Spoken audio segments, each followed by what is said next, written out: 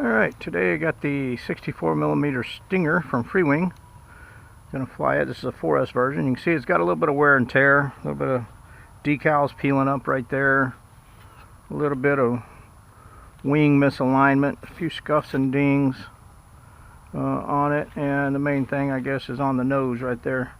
It's been broken off twice and re-glued. I just glued it back on. I didn't use any hot water or didn't fill it with putty or anything like that. And this is another great buy. I picked this up at a swap meet for 50 bucks. It's brand new in the box. And then of course I had to put my own receiver into it. And not a lot of room. You can get basically a 2200 4S in there. So let me get my stuff rounded up and we will get this chunked up into the air. Stand by. Alright, there we go. Got a 4S 2200 battery in there. A little bit of room to spare, not a lot. Got a little antenna pigtail sticking out and get a little bit of reception. And this is what I've mentioned to people before on the elevator on these. I have it set up on a mix switch here. And when I flip the lever, it'll give it just a slight amount of up elevator. I mean, it's not a lot. Maybe 6 degrees, something like that. Let me get a better shot of it. Just has an ever so small amount of adjustment, but I find that definitely makes it easier to launch. And then I'll just do an underhand pitch of it.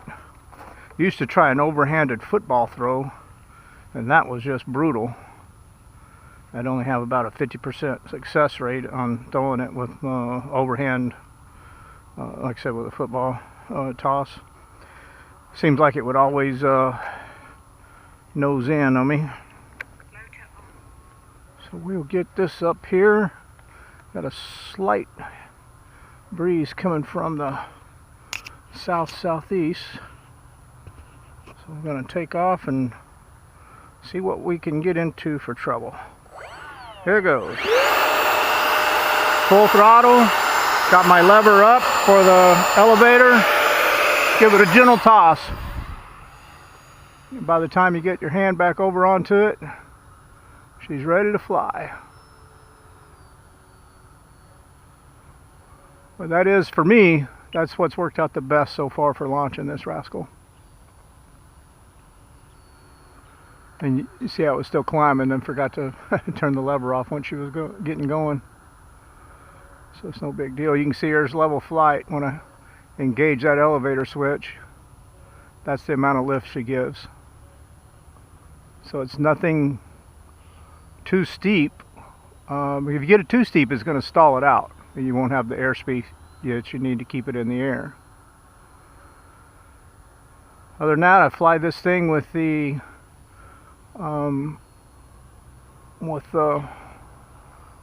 rudder and elevator at mid rates, and I fly the aileron at low rates. And even at low rates on the ailerons, she rolls pretty decently. And I'm telling you, if you put it on high rates, she is just an animal. High rates for me on the ailerons is too much control for my old man reflexes. I cannot handle and hang with it on the high rate. But this is a fun, sporty little jet. Here's a high-speed pass. Going straight up. Still climbing, and leveled, and then still climbing some more.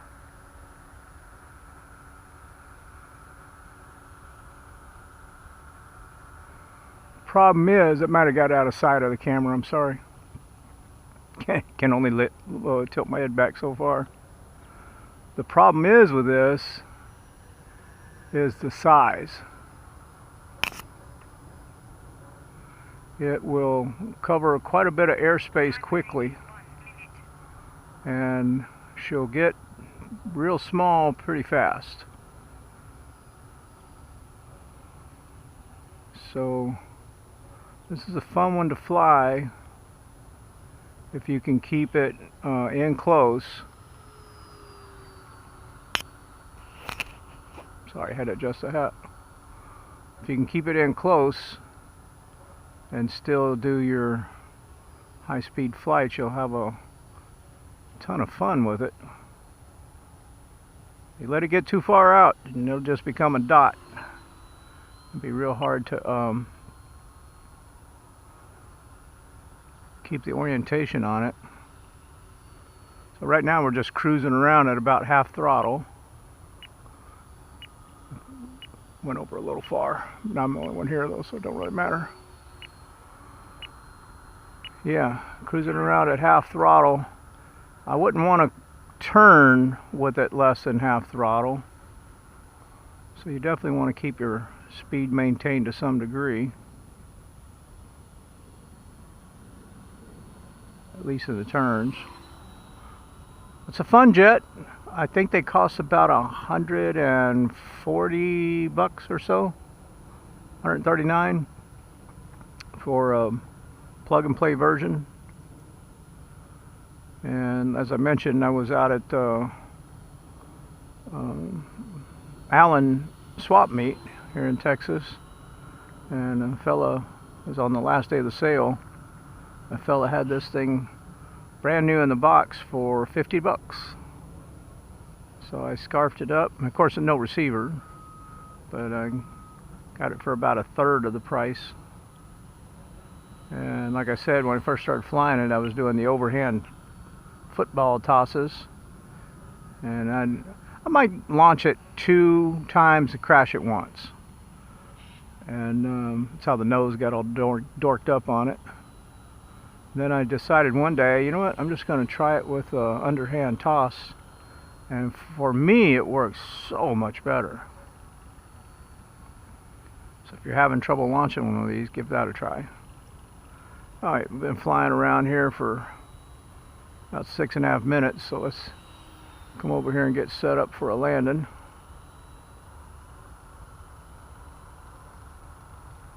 I only brung out just the one battery for it. Just haven't flown it in a long time, and been selling a few planes. I wanted to see if this is one I'm going to sell or not. There we go. Let's see if it'll take off from the ground.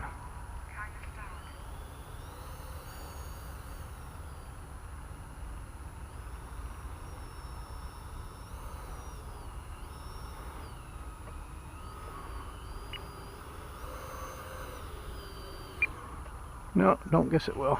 Won't even turn good. Alright, so there it is. Freewing 64mm. Thanks for watching.